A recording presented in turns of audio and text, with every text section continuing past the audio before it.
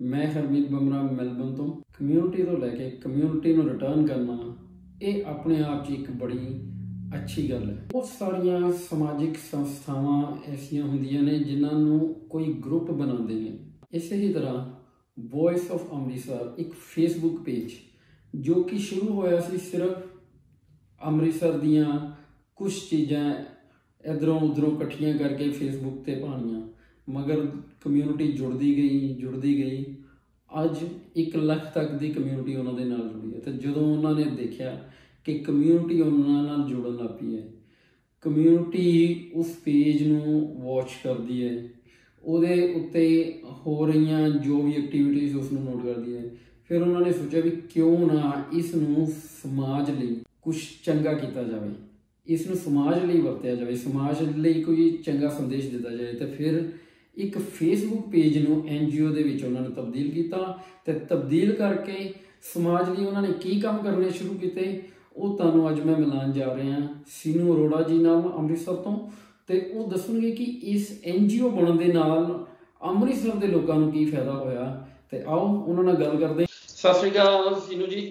ਸਤਿ ਸ਼੍ਰੀ ਅਕਾਲ ਜੀ, ਸਤਿ ਸ਼੍ਰੀ ਅਕਾਲ ਸਾਰੇ ਸੁਣਨ ਵਾਲਿਆਂ ਨੂੰ। ਆਸਟ੍ਰੇਲੀਆ ਅੰਦਰ, ਮੈਲਬਰਨ ਅੰਦਰ ਮੇਰੀ ਪਿਆਰ ਭਰੀ ਸਤਿ ਸ਼੍ਰੀ ਅਕਾਲ। ਸਭ ਤੋਂ ਪਹਿਲੇ ਤੁਸੀਂ ਸਾਨੂੰ ਜਿਹੜਾ ਟਾਈਮ ਦੇ ਰਹੇ ਹੋ ਉਹਦਾ ਤੇ ਧੰਨਵਾਦ ਤੁਹਾਡਾ। ਤੇ ਸਾਨੂੰ ਇਹ ਦੱਸੋ ਫਸਟ ਥਿੰਗ ਫਸਟ ਕਿ ਇੱਕ ਫੇਸਬੁੱਕ ਪੇਜ ਜਦੋਂ ਤੁਸੀਂ ਸ਼ੁਰੂ ਕੀਤਾ ਵੌਇਸ ਆਫ ਅੰਮ੍ਰਿਤਸਰ ਦੇ ਨਾਂ ਦਾ, ਕਿ ਉਸ ਟਾਈਮ ਦੇ ਉੱਤੇ ਇਹ ਤੁਹਾਡੀ ਸੋਚ ਹੈਗੀ ਸੀ ਕਿ ਅਸੀਂ ਇੱਕ ਦਿਨ ਬਾਅਦ ਚੋਂ ਇਹਨੂੰ NGO ਦੇ ਵਿੱਚ ਤਬਦੀਲ ਕਰਨਾ? ਜੀ ਨਹੀਂ, ਬਿਲਕੁਲ ਵੀ ਨਹੀਂ ਸੀਗੀ। ਵੌਇਸ ਆਫ ਅੰਮ੍ਰਿਤਸਰ ਨਾਮ ਦਾ ਪੇਜ 2012 ਦੇ ਅੰਦਰ ਬਣਿਆ ਸੀਗਾ। ਉਹ ਸਾਡੇ ਇੱਕ ਦੋਸਤ ਨੇ ਡਾਕਟਰ ਰਾਕੇਸ਼ ਸ਼ਰਮਾ, ਜਿਹੜੇ ਕਿ ਸਰਜਨ ਨੇ ਗੁਰੂ ਨਾਨਕ ਹਸਪੀਟਲ ਅੰਮ੍ਰਿਤਸਰ ਦੇ ਅੰਦਰ, ਉਹਨਾਂ ਨੇ ਇਹ ਪੇਜ ਫਾਊਂਡ ਕੀਤਾ ਸੀਗਾ ਅਤੇ ਅਸੀਂ ਸਭ ਉਸ ਪੇਜ ਦੇ ਨਾਲ ਜੁੜ ਗਏ। ਉਸ ਪੇਜ ਦੇ ਉੱਤੇ ਅਸੀਂ ਅੰਮ੍ਰਿਤਸਰ ਨਾਲ ਰਿਲੇਟਡ ਕਾਫੀ ਇਸ਼ੂਜ਼ ਨੂੰ ਡਿਸਕਸ ਕਰਦੇ ਹੁੰਦੇ ਸੀਗੇ। ਪਰ ਗੱਲ ਹੈ ਅਗਰ ਮੈਂ ਤੁਹਾਨੂੰ ਇੰਟਰਪਟ ਕਰਾਂ ਵੀ ਲਾਈਕ ਕਿਸ ਤਰ੍ਹਾਂ ਦੇ ਇਸ਼ੂ ਜਿਹੜੇ ਸੀਗੇ ਤੁਹਾਡੇ? ਯਾਨੀ ਕਿ ਜਿਸ ਤਰ੍ਹਾਂ ਸਫਾਈ ਦਾ ਇਸ਼ੂ ਸੀਗਾ, ਐਡਮਿਨਿਸਟ੍ਰੇਟਿਵ ਪ੍ਰੋਬਲਮ ਸੀਗੀਆਂ ਅੰਮ੍ਰਿਤਸਰ ਦੇ ਅੰਦਰ, ਕਾਫੀ ਇਸ਼ੂ ਸੀਗੇ। ਅੱਜ ਦਾ ਅੰਮ੍ਰਿਤਸਰ ਔਰ 10 ਸਾਲ ਪੁਰਾਣਾ ਅੰਮ੍ਰਿਤਸਰ ਦੇ ਅੰਦਰ ਕਾਫੀ ਫਰਕ ਹੈ। ਸੋ ਉਹ ਸਾਰੇ ਇਸ਼ੂਜ਼ ਜਿਸ ਤਰ੍ਹਾਂ ਡਿਸਕਸ ਹੁੰਦੇ ਸੀਗੇ, ਔਰ ਉਸ ਟਾਈਮ ਤੇ ਅੰਨਾ ਹਜ਼ਾਰੇ ਮੂਵਮੈਂਟ ਚੱਲੀ ਸੀਗੀ ਇੰਡੀਆ ਅਗੇਂਸਟ ਕਰਪਸ਼ਨ ਦੀ, ਉਹ ਬੜਾ ਹੌਟ ਟੌਪਿਕ ਹੁੰਦਾ ਸੀਗਾ। ਸੋ ਉਸਨੂੰ ਇੱਕ ਦਿਨ ਸਾਡੇ ਇੱਕ ਹੋਰ ਮੈਂਬਰ ਨੇ ਮੈਡਮ ਇੰਦੂ ਅਰੋੜਾ, ਜੋ ਕਿ ਇੱਕ ਟੀਚਰ ਨੇ, ਕਾਫੀ ਐਜੂਕੇਸ਼ਨਿਸਟ ਨੇ, ਕਾਫੀ ਇੰਸਟੀਟਿਊਸ਼ਨਸ ਨਾਲ ਜੁੜੇ ਰਹੇ ਨੇ, ਉਹਨਾਂ ਨੇ ਸੁਜੈਸਟ ਕੀਤਾ ਕਿ ਅਸੀਂ ਇੱਥੇ ਸਿਰਫ ਗੱਲਾਂ ਕਰਦੇ ਹਾਂ। ਫੇਸਬੁੱਕ ਤੇ ਗੱਲਾਂ ਤੇ ਹੁੰਦੀਆਂ ਮਗਰ ਫੇਸਬੁੱਕ ਤੇ ਗੱਲਾਂ ਕਰਨੀਆਂ ਕੋਈ ਸੋਲਿਊਸ਼ਨ ਨਹੀਂ ਹੈ। ਸੋ ਕਿਉਂ ਨਾ ਅਸੀਂ ਫੇਸਬੁੱਕ ਤੋਂ ਬਾਹਰ ਨਿਕਲੀਏ ਔਰ ਜੋ ਗੱਲਾਂ ਅਸੀਂ ਕਰਦੇ ਹਾਂ ਉਸਨੂੰ ਇੰਪਲੀਮੈਂਟ ਵੀ ਕਰਕੇ ਦਿਖਾਈਏ, ਉਸਨੂੰ ਗਰਾਊਂਡ ਰਿਐਲਿਟੀਜ਼ ਦੇ ਅੰਦਰ ਕਨਵਰਟ ਕਰਕੇ ਦਿਖਾਈਏ। ਸੋ 2012 ਦੇ ਅੰਦਰ ਪਹਿਲੀ ਵਾਰ ਅਸੀਂ ਉਸ ਪੇਜ ਚੋਂ ਬਾਹਰ ਨਿਕਲੇ। ਸਿਰਫ 13 ਬੰਦੇ to the start with as NGO ਦੇ ਨਾਲ ਜੁੜੇ। ਵੀ ਵਰ ਓਨਲੀ 13 ਔਰ ਉਸ ਟਾਈਮ ਤੇ ਉਸ ਪੇਜ ਦੇ ਉੱਤੇ ਕੋਈ 2-2.5 ਹਜ਼ਾਰ ਬੰਦੇ ਹੁੰਦੇ ਸੀਗੇ। ਬਟ ਆਹਿਸਤਾ ਆਹਿਸਤਾ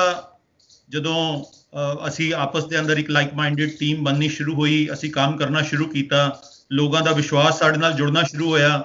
ਅੱਜ ਸਾਡੇ ਫੇਸਬੁੱਕ ਪੇਜ ਦੇ ਉੱਤੇ ਤਕਰੀਬਨ 1 ਲੱਖ ਬੰਦਾ ਅੰਮ੍ਰਿਤਸਰ ਤੋਂ ਜਿਹੜਾ ਹੈ ਉਹ ਜੁਆਇਨ ਕਰਦਾ ਹੈ, ਔਰ ਬਹੁਤ ਸਾਰੇ ਵੋਲੰਟੀਅਰਸ ਜਿਹੜੇ ਨੇ ਉਹ ਔਨ ਗਰਾਊਂਡ ਸਾਨੂੰ ਜਦੋਂ ਵੀ ਅਸੀਂ ਕੋਈ ਵੀ ਕੰਮ ਕਰਦੇ ਹਾਂ ਉਹ ਸਾਨੂੰ ਜੁਆਇਨ ਕਰਦੇ ਹੈਗੇ ਨੇ, ਹਜ਼ਾਰਾਂ ਦੀ ਤਾਦਾਦ ਅੰਦਰ। ਤੁਸੀਂ ਇਹ ਤੇ ਬਹੁਤ ਵਧੀਆ ਕੰਮ ਕਰ ਰਹੇ ਜੇ, ਤੇ ਖਾਸ ਕਰਕੇ ਜਿਹੜਾ ਇਹਨੂੰ NGO 'ਚ ਤਬਦੀਲ ਕੀਤਾ ਤੇ ਗਰਾਊਂਡ ਰਿਐਲਿਟੀ ਤੇ ਜਾ ਕੇ ਆਪ ਲੋਕਾਂ ਨੂੰ ਮਿਲਦੇ ਪਏ ਹੋ। ਤੇ ਇਹਦੇ ਵਿੱਚ ਸਭ ਤੋਂ ਪਹਿਲੇ ਤੁਸੀਂ ਕਿਹੜਾ ਕੰਮ ਕਰਨਾ ਚਾਹੁੰਦੇ, ਕਿਸ ਤਰੀਕੇ ਨਾਲ ਲੋਕਾਂ ਦੀ ਮਦਦ ਕੀਤੀ ਜਦੋਂ ਤੁਸੀਂ NGO ਇਹਨੂੰ ਕ੍ਰੀਏਟ ਕੀਤਾ? ਜਦੋਂ ਅਸੀਂ NGO ਬਣਾਇਆ ਉਸ ਵੇਲੇ ਸ਼ਾਇਦ ਚੈਰਿਟੀ ਕਰਨਾ ਜਾਂ ਲੋਕਾਂ ਦੀ ਮਦਦ ਕਰਨਾ ਸਾਡਾ ਮਕਸਦ ਨਹੀਂ ਸੀਗਾ। ਉਸ ਲਈ ਸਾਡਾ ਮਕਸਦ ਸੀਗਾ ਕਿ ਅਸੀਂ ਅੰਮ੍ਰਿਤਸਰ ਨੂੰ ਇੱਕ ਬਿਹਤਰ ਸ਼ਹਿਰ ਬਣਾਈਏ, ਥੋੜਾ ਸਾਫ ਸੁਥਰਾ ਬਣਾਈਏ, ਮੋਰ ਟੂਰਿਸਟ ਫਰੈਂਡਲੀ ਬਣਾਈਏ, ਜਿਹੜਾ ਟੂਰਿਸਟ ਬਾਹਰੋਂ ਆਉਂਦੇ ਆ ਉਹਨਾਂ ਲਈ ਬੈਟਰ ਫੈਸਿਲਿਟੀਜ਼ ਕ੍ਰੀਏਟ ਹੋਣ। ਇਸ ਓਬਜੈਕਟਿਵ ਨਾਲ ਅਸੀਂ ਉਤਰੇ ਸੀਗੇ। ਮਗਰ ਆਹਿਸਤਾ ਆਹਿਸਤਾ ਜੋ ਸਾਡੀ ਸਟਰੈਂਥ ਵੱਧਦੀ ਗਈ ਤੇ ਇੱਕ ਵਾਰ ਸਾਨੂੰ ਇੱਕ ਸਰਕਾਰੀ ਸਕੂਲ ਦੇ ਅੰਦਰ ਜਾਣ ਦਾ ਮੌਕਾ ਮਿਲਿਆ, ਜਿਹੜਾ ਕਿ ਇੱਕ ਥੋੜਾ ਜਿਹਾ ਸੈਮੀ ਰੂਰਲ ਜਿਹਾ ਏਰੀਆ ਸੀਗਾ। ਜਦੋਂ ਅਸੀਂ ਉੱਥੇ ਗਏ ਔਰ ਉੱਥੇ ਜਾ ਕੇ ਅਸੀਂ ਉੱਥੋਂ ਦੀਆਂ ਕੰਡੀਸ਼ਨਸ ਦੇਖੀਆਂ ਕਿ ਵੀ ਬੱਚਿਆਂ ਨੂੰ ਭੁੰਜੇ ਬਿਠਾ ਰੱਖਿਆ ਵੈ, ਨਾ ਕੋਈ ਪੱਖੇ ਹੈ, ਨਾ ਕੋਈ ਬੱਚਿਆਂ ਦੇ ਪੈਰਾਂ 'ਚ ਚੱਪਲ ਹੈ, ਨਾ ਉਹਨਾਂ ਕੋਲ ਕੋਈ ਬਸਤਾ ਹੈ। ਤੇ ਮੈਂ ਬਹੁਤ ਹੈਰਾਨ ਹੋਏ ਅਸੀਂ, ਕਿਉਂਕਿ ਅਸੀਂ ਸ਼ਾਇਦ ਇਸ ਤਰ੍ਹਾਂ ਦੀ ਉਹ ਚੀਜ਼ ਤੋਂ ਫੈਮਿਲੀਅਰ ਨਹੀਂ ਸੀਗੇ। ਅਸੀਂ ਇੱਕ ਤਹੀਆ ਲੀਤਾ ਕਿ ਅਸੀਂ ਜ਼ਰੂਰ ਇਹਨਾਂ ਸਕੂਲਾਂ ਵਾਸਤੇ ਕੁਝ ਨਾ ਕੁਝ ਜ਼ਰੂਰ ਕਰਨਾ ਸ਼ੁਰੂ ਕਰਾਂਗੇ। ਮੈਂ ਆਮ ਪ੍ਰਾਊਡ ਟੂ ਸੇ ਕਿ ਅੱਜ ਅਸੀਂ ਇਸ ਤਰ੍ਹਾਂ ਦੇ 40 ਸਕੂਲਾਂ ਨੂੰ ਟਰਾਂਸਫਾਰਮ ਕਰ ਚੁੱਕੇ ਹਾਂ। ਉਹਨਾਂ ਸਕੂਲਾਂ ਦੇ ਬੱਚਿਆਂ ਨੂੰ ਅਸੀਂ ਹਜ਼ਾਰਾਂ ਦੀ ਤਾਦਾਦ ਅੰਦਰ ਸਕੂਲ ਬੈਗਸ ਵੰਡੇ ਹੈ, ਸ਼ੂਜ਼ ਵੰਡੇ ਹੈ, ਸਰਦੀਆਂ ਅੰਦਰ ਉਹਨਾਂ ਨੂੰ ਸਵੈਟਰਸ ਪ੍ਰੋਵਾਈਡ ਕਰਦੇ ਹਾਂ। ਸਕੂਲਸ ਨੂੰ ਅਸੀਂ ਬੈਂਚਸ ਪ੍ਰੋਵਾਈਡ ਕੀਤੇ ਹੈ, ਪੱਖੇ ਪ੍ਰੋਵਾਈਡ ਕੀਤੇ ਹੈ, ਕੰਪਿਊਟਰਸ ਪ੍ਰੋਵਾਈਡ ਕੀਤੇ ਹੈ, ਤਾਂ ਕਿ ਉਹ ਬੱਚੇ ਵੀ ਜਿਹੜੇ ਹੈ ਉਹਨਾਂ ਦਾ ਜਿਹੜਾ ਐਜੂਕੇਸ਼ਨ ਲੈਵਲ ਹੈ ਉਹ ਐਟਲੀਸਟ, ਕਿਉਂਕਿ ਇਹ ਜਿਹੜੇ ਪਿੰਡਾਂ ਦੇ ਜਾਂ ਸੈਮੀ ਅਰਬਨ ਏਰੀਆਜ਼ ਦੇ ਅੰਦਰ ਸਕੂਲਸ ਹੈ ਉੱਥੇ ਬੱਚਿਆਂ ਦਾ ਡ੍ਰੌਪ ਆਊਟ ਰੇਟ ਬਹੁਤ ਜ਼ਿਆਦਾ ਹੈ, ਕਿਉਂਕਿ ਬੱਚਿਆਂ ਦੇ ਕੋਲ ਫੈਸਿਲਿਟੀ ਨਹੀਂ ਹੈ ਕੋਈ, ਇਸ ਪਿੱਛੇ ਡ੍ਰੌਪ ਆਊਟ ਰੇਟ ਬਹੁਤ ਜ਼ਿਆਦਾ ਹੈ, ਵਿੱਚ ਬੱਚੇ ਪੜ੍ਹਦੇ ਨਹੀਂ, ਸਕੂਲ ਆਉਂਦੇ ਨਹੀਂ। ਬਟ ਮੈਨੂੰ ਬੜੀ ਖੁਸ਼ੀ ਹੈ ਕਿ ਜਿਹੜੇ ਵੀ ਸਕੂਲਸ ਨੂੰ ਅਸੀਂ ਪ੍ਰਮੋਟ ਕਰ ਰਹੇ ਹਾਂ ਉੱਥੇ ਡ੍ਰੌਪ ਆਊਟ ਰੇਟ ਬਹੁਤ ਘਟਿਆ ਹੈ, ਬੱਚੇ ਸਕੂਲ ਆਉਂਦੇ ਹੈ, ਸਕੂਲਾਂ ਦੇ ਅੰਦਰ ਫੈਸਿਲਿਟੀਜ਼ ਇੰਪਰੂਵ ਹੋਈਆਂ ਨੇ। ਔਰ ਇਸ ਤਰ੍ਹਾਂ ਸਾਡਾ ਇੱਕ ਟਰਾਂਸਫਰਮੇਸ਼ਨ ਆ ਗਈ ਸਾਡੇ NGO ਦੇ ਕੰਮ ਦੇ ਅੰਦਰ ਵੀ, ਕਿ ਅਸੀਂ ਟੂਵਰਡਸ ਸੁਸਾਇਟੀ ਜਿਹੜੀਆਂ ਚੀਜ਼ਾਂ, ਫਿਰ ਇਸ ਤਰ੍ਹਾਂ ਹੀ ਕੁਝ 올ਡ ਏਜ ਹੋਮਸ ਨੇ ਅੰਮ੍ਰਿਤਸਰ ਅੰਦਰ, ਉਹਨਾਂ ਨੂੰ ਕਾਫੀ ਦਿੱਕਤਾਂ ਆਉਂਦੀਆਂ ਸੀਗੀਆਂ, ਉਹਨਾਂ ਦੇ ਲਈ ਅਸੀਂ ਕੰਮ ਕਰਨਾ ਸ਼ੁਰੂ ਕੀਤਾ। ਜਿਹੜੇ ਕੁਝ ਫੇਸਬੁੱਕ ਤੋਂ ਸਾਨੂੰ ਕੁਝ ਮੈਡੀਕਲ ਡਿਸਟ੍ਰੈਸ ਕੇਸਿਸ ਆ ਜਾਂਦੇ ਸੀਗੇ, ਕਿ ਜਿਹੜੇ ਕੋਈ ਲੋਕ ਬਹੁਤ ਗਰੀਬ ਨੇ ਜਿਨ੍ਹਾਂ ਨੂੰ ਇਲਾਜ ਦੀ ਜ਼ਰੂਰਤ ਹੈ ਔਰ ਉਹ ਇਲਾਜ ਨਹੀਂ ਕਰਾ ਪਾਉਂਦੇ, ਸੋ ਅਸੀਂ ਛੋਟੇ ਛੋਟੇ ਫੰਡ ਰੇਜ਼ਰਸ ਵੀ ਇਕੱਠੇ ਕਰਨੇ ਸ਼ੁਰੂ ਕੀਤੇ ਆਪਣੇ ਪੇਜ ਦੇ ਉੱਤੇ ਔਰ ਉਹਨਾਂ ਲੋਕਾਂ ਦਾ ਇਲਾਜ ਕਰਾਉਣਾ ਸ਼ੁਰੂ ਕੀਤਾ।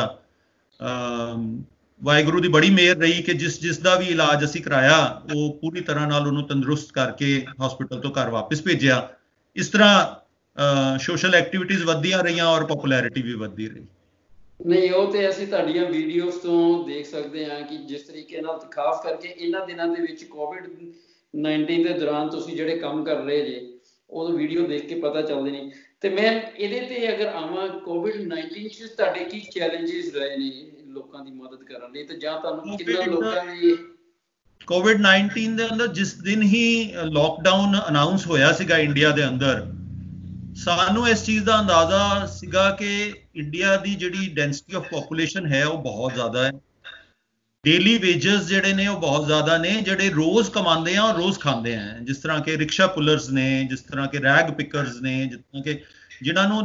ਜਿਨ੍ਹਾਂ ਕੋਲ ਕੋਈ ਸਟੇਬਲ ਇਨਕਮ ਨਹੀਂ ਹੈ, ਉਹਨਾਂ ਨੇ ਰੋਜ਼ ਡੇਲੀ ਤੌਰ ਤੇ ਹੀ ਆਪਣੀ ਕਮਾਈ ਕਰਨੀ ਹੁੰਦੀ ਹੈ। ਸੋ ਸਾਨੂੰ ਇਸ ਚੀਜ਼ ਦਾ ਪਹਿਲੇ ਦਿਨ ਤੋਂ ਹੀ ਅੰਦਾਜ਼ਾ ਹੋ ਗਿਆ ਸੀਗਾ ਕਿ ਇਹਨਾਂ ਨੂੰ ਰਾਸ਼ਨ ਦੀ ਬਹੁਤ ਤੰਗੀ ਆਉਣ ਵਾਲੀ ਹੈ ਇੰਨੇ ਲੰਬੇ ਲੋਕਡਾਊਨ ਦੇ ਅੰਦਰ।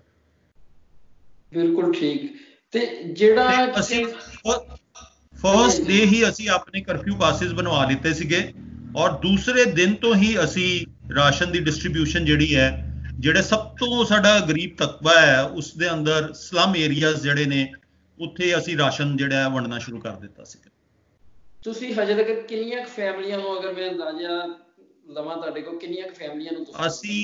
ਅਸੀਂ ਇਸ ਤੱਕ ਅਜੇ ਤੱਕ ਅਸੀਂ ਤਕਰੀਬਨ 5000 ਫੈਮਲੀਜ਼ ਨੂੰ ਅਸੀਂ ਜਿਹੜਾ ਰਾਸ਼ਨ ਦੀ ਕਿਟਸ ਜਿਹੜੀਆਂ ਨੇ, ਜਿਸ ਦੇ ਅੰਦਰ 5 ਕਿਲੋ ਆਟਾ ਹੁੰਦਾ ਹੈ, 2 ਕਿਲੋ ਚਾਵਲ ਹੁੰਦੇ ਹੈ, ਦਾਲ ਹੁੰਦੀ ਹੈ, ਚੀਨੀ ਹੁੰਦੀ ਹੈ, ਚਾਹ ਪੱਤੀ ਹੁੰਦੀ ਹੈ, ਇਹਦਾ ਇੱਕ ਕਿੱਟ ਬਣਾ ਕੇ ਅਸੀਂ ਦਿੰਦੇ ਹਾਂ। ਔਰ ਮਤਲਬ ਇਤਨਾ ਕਿ ਉਹ 8 ਤੋਂ 10 ਦਿਨ ਲਈ ਉਸ ਫੈਮਲੀ ਦਾ ਜਿਹੜਾ ਹੈ ਉਹ ਰਾਸ਼ਨ ਦੀ ਗੁਜ਼ਾਰਾ ਹੋ ਜਾਂਦਾ ਹੈ। ਉਸ 5000 is a huge number actually. ਇਹ ਥੋੜੇ 5000 and there are still the process is still on. We are still into making 1000 more kits today. ਕੱਲ ਤੋਂ ਅਸੀਂ ਫਿਰ ਉਹਦੀ ਡਿਸਟ੍ਰੀਬਿਊਸ਼ਨ ਸ਼ੁਰੂ ਕਰ ਰਹੇ ਹਾਂ। God bless you. ਤੇ ਇਹਦੇ ਤੋਂ ਇਲਾਵਾ ਤੁਸੀਂ, ਮੈਂ ਇਹ ਵੀ ਦੇਖਿਆ ਕਿ ਤੁਸੀਂ PPE ਕਿਟ ਵਗੈਰਾ ਤੇ ਇਹੋ ਜਿਹੀਆਂ ਚੀਜ਼ਾਂ ਸਿਹਤ ਵਿਭਾਗ ਨੂੰ ਵੀ ਹਾਂਜੀ, ਕਿਉਂਕਿ ਹਸਪੀਟਲ ਸਾਡੇ ਜਿਹੜੇ ਸੀਗੇ ਜਦੋਂ ਕੋਵਿਡ ਸਾਡੇ ਕੋਲ ਆਇਆ, ਆਈ ਥਿੰਕ ਕਿ ਸਾਡਾ ਜਿਹੜਾ ਹੈਲਥ ਇਨਫਰਾਸਟ੍ਰਕਚਰ ਹੈ ਉਹ ਬਿਲਕੁਲ ਪ੍ਰੀਪੇਅਰਡ ਨਹੀਂ ਸੀਗਾ ਇਸ ਚੀਜ਼ ਦੇ ਲਈ। ਸਾਡੇ ਕੋਲ PPE ਕਿਟਸ ਨਹੀਂ ਸੀਗੀਆਂ, ਸਾਡੇ ਕੋਲ ਥਰਮਲ ਸਕੈਨਿੰਗ ਥਰਮਾਮੀਟਰਸ ਨਹੀਂ ਸੀਗੇ, ਔਰ ਸਰਕਾਰੀ ਜਿਹੜੀ ਏਜੰਸੀਜ਼ ਨੇ ਉਹਨਾਂ ਨੂੰ ਸੋਰਸ ਕਰਨ ਦੇ ਅੰਦਰ ਜਿਹੜਾ ਹੈ ਉਹ ਥੋੜਾ ਟਾਈਮ ਲੱਗ ਰਿਹਾ ਸੀਗਾ। ਸੋ ਆਈ ਥਿੰਕ ਕਿ ਉਸ ਵੇਲੇ ਸਾਨੂੰ ਜ਼ਰੂਰਤ ਅਸੀਂ ਸਮਝੀ ਕਿ ਸਾਨੂੰ ਇੱਥੇ ਸਟੈਪ ਇਨ ਕਰਨਾ ਚਾਹੀਦਾ ਹੈ। ਸੋ ਅਸੀਂ ਆਪਣੇ ਡਾਕਟਰਸ ਦੇ ਲਈ PPE ਕਿਟਸ ਦਾ ਅਰੇਂਜਮੈਂਟ ਕੀਤਾ, N95 ਮਾਸਕਸ ਦਾ ਅਰੇਂਜਮੈਂਟ ਕੀਤਾ, ਔਰ ਅੰਮ੍ਰਿਤਸਰ ਕਾਰਪੋਰੇਸ਼ਨ ਨੂੰ ਅਸੀਂ 50 ਥਰਮਲ ਸਕੈਨਿੰਗ ਥਰਮਾਮੀਟਰਸ ਪ੍ਰੋਵਾਈਡ ਕੀਤੇ ਤਾਂ ਕਿ ਸਕਰੀਨਿੰਗਸ ਕੀਤੀਆਂ ਜਾ ਸਕਣ ਡਿਫਰੈਂਟ ਏਰੀਆਜ਼ ਅੰਦਰ, ਔਰ ਜਿਹੜੇ ਲੋਕ ਬਿਮਾਰ ਨੇ ਉਹਨਾਂ ਦਾ ਫਿਰ ਟੈਸਟ ਕੀਤਾ ਜਾ ਸਕਦੇ, ਕਿਉਂਕਿ ਸਾਡੀ ਪੋਪੂਲੇਸ਼ਨ ਬਹੁਤ ਜ਼ਿਆਦਾ ਹੈ, ਹਰ ਇੱਕ ਦਾ ਟੈਸਟ ਕਰਨਾ ਸਾਡੇ ਲਈ ਪੋਸੀਬਲ ਨਹੀਂ ਹੈ। ਸੋ ਸਕਰੀਨਿੰਗ ਕਰਨ ਤੋਂ ਬਾਅਦ ਜਿਹੜੇ ਵੀ ਲੋਕ ਬਿਮਾਰ ਪਾਏ ਜਾਣ ਉਹਨਾਂ ਨੂੰ ਟੈਸਟ ਕੀਤਾ ਜਾਵੇ, ਉਹ ਅਸੀਂ ਇਨੀਸ਼ੀਏਟਿਵ ਕੀਤਾ। ਫਿਰ ਸਾਡੇ ਪੁਲਿਸ ਵਾਲਿਆਂ ਨੇ ਜਿਹੜਾ ਅੱਛਾ ਕੰਮ ਕਰ ਰਹੇ ਸੀ, ਪੁਲਿਸ ਵਾਲਿਆਂ ਨੂੰ ਅਸੀਂ ਪੀਪੀ ਕਿਟਸ ਜਿਹੜੇ, ਕਿਉਂਕਿ ਜਿਹੜੇ ਹੌਟਸਪੌਟ ਏਰੀਆਜ਼ ਨੇ ਉਹਨਾਂ ਦੇ ਅੰਦਰ ਜਿਹੜੇ ਪੁਲਿਸ ਵਾਲੇ ਕੰਮ ਕਰ ਰਹੇ ਨੇ ਉਹਨਾਂ ਦੇ ਲਈ ਪੀਪੀ ਕਿਟਸ ਪ੍ਰੋਵਾਈਡ ਕੀਤੀਆਂ, ਇੱਕ ਫੇਸ ਸ਼ੀਲਡਸ ਉਹਨਾਂ ਨੂੰ ਪ੍ਰੋਵਾਈਡ ਕਰਕੇ ਦਿੱਤੇ ਤਾਂ ਕਿ ਉਹਨਾਂ ਦਾ ਕੰਟੈਕਟ ਜਿਹੜਾ ਹੈ ਲੋਕਾਂ ਦੇ ਨਾਲ ਘੱਟ ਤੋਂ ਘੱਟ ਰਵੇ। ਇਸ ਤੋਂ ਇਲਾਵਾ ਜਿਹੜਾ ਕੋਵਿਡ ਵਾਰਡ ਹੈ ਸਾਡਾ ਗੁਰੂ ਨਾਨਕ ਹਸਪੀਟਲ ਦੇ ਅੰਦਰ, ਉੱਥੇ ਇੱਕਦਮ ਜਦੋਂ ਹਜ਼ੂਰ ਸਾਹਿਬ ਤੋਂ ਸੰਗਤ ਵਾਪਿਸ ਆਈ ਤੇ ਇੱਕਦਮ ਹੀ ਕੇਸਿਸ ਸਪਰਟ ਹੋਣ ਦੇ ਨਾਲ ਹਰ ਚੀਜ਼ ਦੀ ਬਹੁਤ ਤੰਗੀ ਸੀਗੀ ਤੇ ਅਸੀਂ ਉੱਥੇ ਡਿਸਪੋਜ਼ੇਬਲ ਬੈੱਡ ਸ਼ੀਟਸ ਪ੍ਰੋਵਾਈਡ ਕੀਤੇ ਹੈ ਔਰ ਜੋ ਵੀ ਉਹਨਾਂ ਨੂੰ ਛੋਟੀਆਂ ਐਸੈਂਸ਼ੀਅਲਸ ਜਿਵੇਂ ਬਾਲਟੀਆਂ ਚਾਹੀਦੀਆਂ ਸੀਗੀਆਂ, ਚੱਪਲਾਂ ਚਾਹੀਦੀਆਂ ਸੀਗੀਆਂ, ਇਹ ਜੋ ਵੀ ਜਿਸ ਤਰ੍ਹਾਂ ਦਾ ਵੀ ਮਟੀਰੀਅਲ ਜੋ ਵੀ ਰਿਕੁਆਇਰਮੈਂਟ ਸਾਨੂੰ ਲੱਗਦੀ ਹੈ ਕਿ ਇਸ ਵੇਲੇ ਬਹੁਤ ਜ਼ਰੂਰੀ ਹੈ, ਅਸੀਂ ਉਹ ਪ੍ਰੋਵਾਈਡ ਕਰਦੇ ਹਾਂ। ਕੁੱਲ ਮਿਲਾ ਕੇ ਤੁਹਾਡੀ ਸੰਸਥਾ ਉਹ ਕੰਮ ਕਰ ਰਹੀ ਹੈ ਜਿਹੜੇ ਸਰਕਾਰ ਦੇ ਬਣਦੇ ਨੇ ਤੇ ਜਿਹੜੇ ਸਰਕਾਰ ਦੀਆਂ ਨਾਕਾਮੀਆਂ ਹੈਗੀਆਂ ਉਹ ਕੰਮ ਤੁਸੀਂ ਸਰਕਾਰ ਦੇ ਕੰਮ ਉਹਦੀਆਂ ਨਾਕਾਮੀਆਂ ਨੂੰ ਲੁਕੋ ਰਹੇ ਹੋ। ਕੁੱਲ ਮਿਲਾ ਕੇ ਨਹੀਂ ਲੁਕੋ ਨਹੀਂ ਰਹੇ ਹਾਂ, ਅਸੀਂ ਅਸਿਸਟ ਕਰ ਰਹੇ ਹਾਂ, ਕਿਉਂਕਿ ਸਾਨੂੰ ਵੀ ਪਤਾ ਹੈ ਸਰਕਾਰ ਇਹ ਨਹੀਂ ਕਿ ਸਰਕਾਰ ਕੰਮ ਨਹੀਂ ਕਰ ਰਹੀ, ਸਰਕਾਰ ਕੰਮ ਕਰ ਰਹੀ ਹੈ, ਮਗਰ ਸਾਨੂੰ ਪਤਾ ਹੈ ਕਿ ਇੰਡੀਆ ਦੇ ਅੰਦਰ ਸਾਡੇ ਕੋਲ ਇਤਨੀਆਂ ਜ਼ਿਆਦਾ ਰਿਸੋਰਸਿਸ ਔਰ ਇਤਨੀਆਂ ਜ਼ਿਆਦਾ ਫੈਸਿਲਿਟੀਜ਼ ਨਹੀਂ ਹੈਗੀਆਂ ਜਿਤਨੀਆਂ ਕਿ ਆਸਟ੍ਰੇਲੀਆ ਜਾਂ ਕੈਨੇਡਾ ਦੇ ਕੋਲ ਹੋਣਗੀਆਂ। ਉਹਨਾਂ ਦੀ ਪੋਪੂਲੇਸ਼ਨ ਥੋੜੀ ਹੈ, ਸਾਡੀ ਪੋਪੂਲੇਸ਼ਨ ਬਹੁਤ ਜ਼ਿਆਦਾ ਹੈ। ਜਿਹੜੀ ਤੁਸੀਂ ਹੁਣੇ ਗੱਲ ਕੀਤੀ ਹੈ ਕਿ ਸ਼ਰਧਾਲੂ ਜਿਹੜੇ ਉੱਥੋਂ ਵਾਪਸ ਆਏ ਨੇ, ਇਹ ਲੋਕਡਾਊਨ ਤੋਂ 1 ਮਹੀਨਾ ਟਾਈਮ ਤੇ ਸਰਕਾਰ ਨੂੰ ਮਿਲ ਹੀ ਗਿਆ ਸੀ ਪ੍ਰਪੇਅਰ ਕਰਨ ਲਈ, ਫਿਰ ਸਰਕਾਰ ਨੂੰ ਪਤਾ ਵੀ ਸੀ ਕਿ ਉਹ ਉੱਥੋਂ ਆ ਰਹੇ ਨੇ, ਫਿਰ ਵੀ ਉਹਨਾਂ ਦਾ ਇੰਤਜ਼ਾਮ ਨਹੀਂ ਕੀਤਾ। ਮੈਂ ਬਹੁਤ ਜ਼ਿਆਦਾ ਉਹਦੇ ਤੇ ਨਹੀਂ ਜਾਂਦਾ, ਮੈਂ ਸਿਰਫ ਆਪਣੇ ਦੇਖਣ ਵਾਲਿਆਂ ਨੂੰ ਇਹ ਦੱਸਣਾ ਚਾਹ ਰਿਹਾ ਹਾਂ ਕਿ ਇਹ ਸਰਕਾਰ ਕਰ ਸਕਦੀ ਸੀ। ਤੁਹਾਡਾ ਇਹ ਇੱਕ ਸਮਾਜਿਕ ਤੌਰ ਤੇ ਤੁਸੀਂ ਬਹੁਤ ਵਧੀਆ ਕੰਮ ਕਰ ਰਹੇ ਹੋ, ਮਗਰ ਇਹਦੇ ਚ ਸਰਕਾਰ ਨੂੰ ਮਤਲਬ ਕਿ ਪਹਿਲ ਦੇ ਆਧਾਰ ਦੇ ਉੱਤੇ ਉਹਨਾਂ ਦਾ ਸਾਰਾ ਇੰਤਜ਼ਾਮ ਇਹ ਹੋ ਜਾਣਾ ਚਾਹੀਦਾ। ਡੈਫੀਨੇਟਲੀ ਇਸ ਜਗ੍ਹਾ ਤੇ ਕੁਝ ਲੈਪਸਿਸ ਤੇ ਹੋਏ ਨੇ, ਡੈਫੀਨੇਟ ਲੈਪਸਿਸ ਹੋਏ ਨੇ। ਆਈ ਥਿੰਕ ਕਿਉਂਕਿ ਜਿਤਨੇ ਵੀ ਹਜ਼ੂਰ ਸਾਹਿਬ ਤੋਂ ਸੰਗਤ ਆਈ ਹੈ ਉਹ ਸਾਰੀ ਏਸਿਮਟੋਮੈਟਿਕ ਸੀਗੀ, ਕਿਸੇ ਨੂੰ ਵੀ ਕਿਸੇ ਤਰ੍ਹਾਂ ਦੀ ਕੋਈ ਬੁਖਾਰ ਜਾਂ ਕੋਈ ਖਾਂਸੀ ਜਾਂ ਕਿਸੇ ਵੀ ਤਰ੍ਹਾਂ ਦਾ ਕੋਈ ਲੱਛਣ ਨਹੀਂ ਸੀਗਾ। ਇਸ ਪਿੱਛੇ ਸ਼ਾਇਦ ਜਿਹੜੇ ਸਾਡੇ ਹੈਲਥ ਅਫੀਸ਼ੀਅਲਸ ਨੇ ਜਾਂ ਜਿਹੜੀ ਸਰਕਾਰ ਦੇ ਏਜੰਸੀਜ਼ ਨੇ ਉਹ ਇਸ ਚੀਜ਼ ਨੂੰ ਜੱਜ ਨਹੀਂ ਕਰ ਪਾਏ ਕਿ ਇਤਨੀ ਭਾਰੀ ਗਿਣਤੀ ਅੰਦਰ ਜਿਹੜੇ ਕੇਸਿਸ ਆ ਉਹ ਪੋਜ਼ਿਟਿਵ ਹੋ ਸਕਦੇ ਆ। ਔਰ ਨੰਦੇੜ ਸਿਟੀ ਸ਼ਹਿਰ ਜਿਹੜਾ ਜਿੱਥੇ ਤਖਤ ਸ਼੍ਰੀ ਹਜ਼ੂਰ ਸਾਹਿਬ ਹੈ, ਉਹ ਪੂਰੇ ਸ਼ਹਿਰ ਦੇ ਅੰਦਰ ਸਿਰਫ 2 ਰਿਪੋਰਟਡ ਪੋਜ਼ਿਟਿਵ ਕੇਸਿਸ ਨੇ, only 2। So there I think nobody had even a vague idea ਕਿ ਇਸ ਤਰ੍ਹਾਂ ਦਾ ਕੋਈ ਇੱਕਦਮ ਹੀ ਜਿਤਨੇ ਸ਼ਰਧਾਲੂ ਆ ਰਹੇ ਆ ਉਹਨਾਂ ਚੋਂ 50% ਤੋਂ ਵੱਧ ਜਿਹੜੇ ਆ ਉਹ ਪੋਜ਼ਿਟਿਵ ਨਿਕਲ ਆਉਣਗੇ। So I think everybody was caught unaware. ਨਹੀਂ ਇਹਦੇ ਉੱਤੇ ਬੋਲਣ ਲਈ ਮੇਰੇ ਕੋਲ ਬਹੁਤ ਕੁਝ ਹੈਗਾ, ਮਗਰ ਇਹਨੂੰ ਕਿਸੇ ਹੋਰ ਟਾਈਮ ਤੇ ਇਹੀ ਕਰਾਂਗੇ। ਅੱਛਾ ਮੈਨੂੰ ਇੱਕ ਚੀਜ਼ ਇਹ ਦੱਸੋ ਵੀ ਇਹ ਜਿਹੜੀਆਂ ਚੀਜ਼ਾਂ ਤੁਸੀਂ ਕਰ ਰਹੇ ਹੋ, ਓਬਵੀਅਸ ਹੈ ਇਹਦੇ ਪਿੱਛੇ ਇੱਕ ਫੰਡ ਲੱਗਦਾ, ਪੈਸਿਆਂ ਤੋਂ ਬਿਨਾਂ ਕੁਝ ਵੀ ਨਹੀਂ ਚੱਲਦਾ, ਭਾਵੇਂ ਉਹ NGO ਹੋਵੇ ਜਾਂ ਸਰਕਾਰ ਹੋਵੇ ਜਾਂ ਘਰ ਹੋਵੇ, ਕਿਸੇ ਦਾ ਵੀ ਪੈਸਿਆਂ ਤੋਂ ਬਿਨਾਂ ਨਹੀਂ ਚੱਲਦਾ। ਇਹ ਫਿਰ ਤੁਸੀਂ ਕਿਸ ਤਰੀਕੇ ਨਾਲ ਚਲਾ ਰਹੇ ਹੋ, ਤੇ ਜਾਂ ਅਗਰ ਇਸ ਵੀਡੀਓ ਤੋਂ ਬਾਅਦ ਜਿਹੜੇ ਬਾਹਰ ਦੇਸ਼ ਵਿਦੇਸ਼ ਲੋਕੀ ਦੇਖ ਰਹੇ ਨੇ ਉਹਨਾਂ ਨੇ ਜੁੜਨਾ ਹੋਵੇ ਤੁਹਾਡੇ ਨਾਲ, ਤਾਂ ਕਿਸ ਤਰੀਕੇ ਨਾਲ ਸੰਪਰਕ ਕਰ ਸਕਦੇ ਨੇ? ਹਾਂਜੀ ਜ਼ਰੂਰ ਜੀ। ਮੈਂ ਪਹਿਲੀ ਗੱਲ ਤੇ ਮੈਂ ਕਲੀਅਰ ਕਰ ਦਿਆਂ ਕਿ ਵੌਇਸ ਆਫ ਅੰਮ੍ਰਿਤਸਰ ਨੂੰ ਮੈਂ ਕੋਈ ਇਕੱਲਾ ਨਹੀਂ ਚਲਾਉਂਦਾ। ਸਾਡੀ ਇੱਕ 18 ਮੈਂਬਰਸ ਦੀ ਟੀਮ ਹੈ ਜਿਹਦੇ ਅੰਦਰ ਕੇ ਡਾਕਟਰਸ ਵੀ ਹੈ, ਚਾਰਟਰਡ ਅਕਾਊਂਟੈਂਟਸ ਵੀ ਨੇ, ਬਿਜ਼ਨਸਮੈਨ ਵੀ ਨੇ, ਵਿਮਨ ਐਂਟਰਪ੍ਰੀਨਰਸ ਵੀ ਨੇ। ਸੋ ਇੱਕ ਮਲਟੀ ਡਾਇਮੈਂਸ਼ਨਲ ਟੀਮ ਅਸੀਂ ਤਿਆਰ ਕੀਤੀ ਹੋਈ ਹੈ ਔਰ ਇਹ ਸਭ ਲੋਕ ਅੰਮ੍ਰਿਤਸਰ ਦੇ ਅਲੱਗ-ਅਲੱਗ ਏਰੀਆਜ਼ ਦੇ ਅੰਦਰ ਰਹਿੰਦੇ ਨੇ ਤਾਂ ਕਿ ਸਾਰੇ ਅੰਮ੍ਰਿਤਸਰ ਨੂੰ ਅਸੀਂ ਕਵਰ ਕਰ ਸਕੀਏ। ਸੋ ਸਾਰੇ ਡਿਸੀਜਨਸ ਜਿਹੜੇ ਨੇ ਉਹ ਜੁਆਇੰਟਲੀ ਪੂਰੀ 18 ਮੈਂਬਰ ਦੀ ਟੀਮ ਲੈਂਦੀ ਹੈ ਔਰ ਹਰ ਕੰਮ ਦੇ ਲਈ ਪਹਿਲੇ ਤੇ ਅਸੀਂ ਆਪਣੀ ਪਾਕਟ ਚੋਂ ਪੈਸੇ ਪੂਲ ਕਰਦੇ ਹਾਂ ਸਾਰੇ। ਉਸ ਤੋਂ ਇਲਾਵਾ ਸੈਕੰਡ ਸਟੈਪ ਸਾਨੂੰ ਇਹ ਹੁੰਦਾ ਹੈ ਕਿ ਜਿਹੜਾ ਸਾਡਾ ਫੇਸਬੁੱਕ ਪੇਜ ਹੈ ਉਸ ਦੇ ਉੱਤੇ ਅਸੀਂ ਫੰਡ ਰੇਜ਼ਰ ਖੜਾ ਕਰਦੇ ਹਾਂ। ਜਦੋਂ ਵੀ ਕੋਈ ਇਸ ਤਰ੍ਹਾਂ ਦੀ ਜ਼ਰੂਰਤ ਆ ਪੈਂਦੀ ਹੈ, ਜਿਸ ਤਰ੍ਹਾਂ ਕਿ ਹੁਣ COVID-19 ਦੇ ਲਈ ਅਸੀਂ ਫੰਡ ਰੇਜ਼ਰ ਖੜਾ ਕੀਤਾ ਤੇ ਸਾਨੂੰ ਕੋਈ 2 ਜਾਂ 3 ਦਿਨਾਂ ਦੇ ਅੰਦਰ ਹੀ ਤਕਰੀਬਨ 5 ਲੱਖ ਰੁਪਏ ਦੇ ਇੰਡੀਅਨ ਕਰੰਸੀ ਦੇ ਹਿਸਾਬ ਨਾਲ ਜਿਹੜੇ ਫੰਡਸ ਹੈ ਸਾਡੇ ਫੇਸਬੁੱਕ ਪੇਜ ਤੋਂ ਆ ਗਏ ਔਰ ਉਸਦੇ ਜਿਹੜੇ 5000 ਕਿਟਸ ਅਸੀਂ ਬਣਾ ਕੇ ਅਜੇ ਤੱਕ ਵੰਡ ਚੁੱਕੇ ਹਾਂ ਜਾਂ ਜਿਹੜੇ PPE ਕਿਟਸ ਵਗੈਰਾ ਪਰਚੇਜ਼ ਹੋਏ ਉਹ ਸਾਰੇ ਉਸ ਅਮਾਊਂਟ ਚੋਂ ਹੀ ਪਰਚੇਜ਼ ਹੋਏ। मतलब और उसका ट्रांसपेरेंटली ਅਸੀਂ ਸਾਰਾ ਜਿਹੜਾ ਬਿਊਰਾ ਹੈ ਉਹ ਆਪਣੇ ਫੇਸਬੁੱਕ ਪੇਜ ਦੇ ਉੱਤੇ ਡਾਲਦੇ ਰਹਿੰਦੇ ਆ ਕਿ ਅਸੀਂ ਕਿੰਨਾ ਖਰਚਾ ਜਿਹੜਾ ਹੈ ਕਿਤਨੇ ਕੀਤਾ ਹੈ ਔਰ ਟਾਈਮ ਟੂ ਟਾਈਮ ਜਿਹੜੇ ਕੀ ਡੋਨਰਸ ਹੁੰਦੇ ਆ ਉਹਨਾਂ ਨੂੰ ਥੈਂਕਸ ਵੀ ਫੇਸਬੁੱਕ ਪੇਜ ਤੇ ਐਪਰੀਸ਼ੀਏਟ ਕਰਦੇ ਰਹਿੰਦੇ ਆ ਬਹੁਤ ਸਾਰੇ ਐਨਆਰਆਈ ਫਰੈਂਡਸ ਨੇ ਵੀ ਸਾਨੂੰ ਉਸ ਦੇ ਅੰਦਰ ਕੰਟਰੀਬਿਊਟ ਕੀਤਾ ਹੈ ਤੁਹਾਡੇ ਮੈਲਬਨ ਤੋਂ ਵੀ ਕੁਝ ਫੰਡਸ ਆਏ ਆ ਸਾਨੂੰ ਜਿਨ੍ਹਾਂ ਨੇ ਸਾਨੂੰ ਜੁਆਇਨ ਕਰਨਾ ਹੋਵੇ ਉਹ VOA ਵੌਇਸ ਆਫ ਅੰਮ੍ਰਿਤਸਰ ਦੇ ਪੇਜ ਦੇ ਉੱਤੇ ਜੁਆਇਨ ਕਰ ਸਕਦੇ ਨੇ ਜਾਂ www.voiceofamritsar.com ਵੈਬਸਾਈਟ ਦੇ ਉੱਤੇ ਜੁਆਇਨ ਕਰ ਸਕਦੇ ਨੇ ਅਗਰ ਕਿਸੇ ਨੇ ਡੋਨੇਟ ਕਰਨਾ ਹੋਵੇ ਤੇ ਡਾਇਰੈਕਟਲੀ ਵੈਬਸਾਈਟ ਤੇ ਡੋਨੇਸ਼ਨ ਜਿਹੜੀ ਹੈ ਕੀਤੀ ਜਾ ਸਕਦੀ ਹੈ ਜਾਂ ਫੇਸਬੁੱਕ ਪੇਜ ਦੇ ਉੱਤੇ ਜੁਆਇਨ ਕਰ ਸਕਦੇ ਆ ਫੇਸਬੁੱਕ ਪੇਜ ਤੇ ਸਾਡੀ ਹਰ ਐਕਟੀਵਿਟੀ ਉਹ ਨਾਲ ਦੇ ਨਾਲ ਹਰ ਰੋਜ਼ ਦੇਖ ਸਕਦੇ ਆ ਉਸ ਤੋਂ ਇਲਾਵਾ ਅੰਮ੍ਰਿਤਸਰ ਦੇ ਅੰਦਰ ਹੋਣ ਵਾਲੀਆਂ ਸਾਰੀਆਂ ਹੀ ਜਾਂ ਜਿਹੜੀ ਅੰਮ੍ਰਿਤਸਰ ਦੇ ਆਸ-ਪਾਸ ਦੇ ਹੋਰ ਵੀ ਏਰੀਆਜ਼ ਨੇ ਜਿਸ ਤਰ੍ਹਾਂ ਤਰਨਤਾਰਨ ਸਾਹਿਬ ਹੈ ਬਟਾਲਾ ਹੈ ਉੱਥੋਂ ਦੇ ਵੀ ਬਹੁਤ ਸਾਰੇ ਲੋਕ ਸਾਡੇ ਕੋਲ ਜੁੜੇ ਹੁੰਦੇ ਨੇ ਉੱਥੇ ਦੀਆਂ ਤੁਹਾਨੂੰ ਇੰਜ ਲੱਗੇਗਾ ਜਿਸ ਤਰ੍ਹਾਂ ਤੁਹਾਨੂੰ daily update of your city ਜਿਹੜੀ ਹੋਮ ਟਾਊਨ ਹੈ ਉਹ ਤੁਹਾਨੂੰ ਮਿਲਦਾ ਰਹੇਗਾ every aspect of it and ਜੇ ਕੋਈ ਤੁਸੀਂ ਮੋਨਿਟਰੀ ਡੋਨੇਸ਼ਨ ਕਰਨਾ ਚਾਹੋ ਤੇ ਤੁਸੀਂ ਉਹ ਕਰ ਸਕਦੇ ਹੋ ਉਸ ਦਾ 100% ਅਕਾਊਂਟੇਬਿਲਿਟੀ ਦੇ ਨਾਲ ਇੱਕ ਪੈਸਾ ਜਿਹੜਾ ਹੈ ਜਿਸ ਕੰਮ ਦੇ ਲਈ ਲੀਤਾ ਜਾਏਗਾ ਉਸ ਕੰਮ ਦੇ ਲਈ ਉਸ ਨੂੰ ਖਰਚਿਆ ਜਾਏਗਾ ਸਾਰੀ ਜਿਹੜੀ ਟੀਮ ਹੈ ਉਹ ਬੜੀ ਵੈਲ ਆਫ ਹੈ ਬੜੇ ਵੈਲ ਇਸਟੈਬਲਿਸ਼ਡ ਲੋਕ ਨੇ ਪਰਮਾਤਮਾ ਦੀ ਸਭ ਤੇ ਬਹੁਤ ਕਿਰਪਾ ਹੈ ਤੇ ਅਸੀਂ ਇਹ ਸਿਰਫ ਵੋਲੰਟਰੀ ਸਰਵਿਸ ਕਰ ਰਹੇ ਹਾਂ ਇਸ ਦੇ ਅੰਦਰ ਕਿਸੇ ਦਾ ਵੀ ਕੋਈ ਫਾਈਨੈਂਸ਼ੀਅਲ ਕਨੈਕਸ਼ਨ ਨਹੀਂ ਹੈ ਅਸੀਂ ਆਪਣੀ ਪਾਕਟ ਚੋਂ ਵੀ ਉਤਨੇ ਹੀ ਪੈਸੇ ਪੂਲ ਆਊਟ ਕਰਦੇ ਹਾਂ